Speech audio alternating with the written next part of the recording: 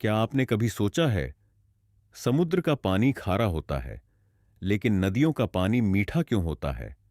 आखिर दोनों का पानी एक ही धरती से आता है, तो फिर नदी का पानी नमकीन क्यों नहीं होता? आइए समझते हैं इसका विज्ञान।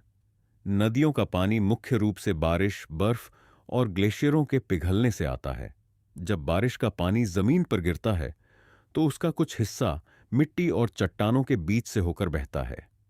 इस दौरान पानी थोड़ी मात्रा में खनिज और लवण घोल लेता है। यही खनिज नदियों के पानी में मौजूद होते हैं, लेकिन उनकी मात्रा आमतौर पर समुद्र के पानी की तुलना में बहुत कम होती है। अब आता है सबसे दिलचस्प सवाल।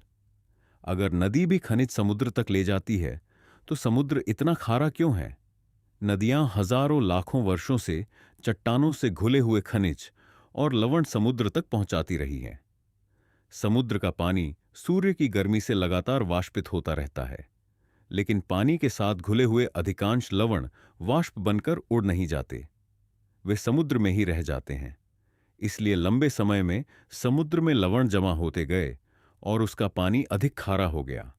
लेकिन एक जरूरी बात, मीठा पानी का मतलब यह नहीं कि उसमें बिल्कुल नमक या खनिज नहीं होते। नदी के पानी में भी घुले हुए खनिज और अन्य पदार्थ मौजूद हो सकते हैं। बस उनकी मात्रा इतनी कम होती है कि पानी समुद्र के पानी जैसा खारा नहीं होता। इसीलिए हम इसे फ्रेश वाटर यानी मीठा पानी कहते हैं, और यह पूरी प्रक्रिया जल चक्र, वाटर साइकिल का हिस्सा है। सूरज समुद्र और धरती के पानी को गर्म करता है।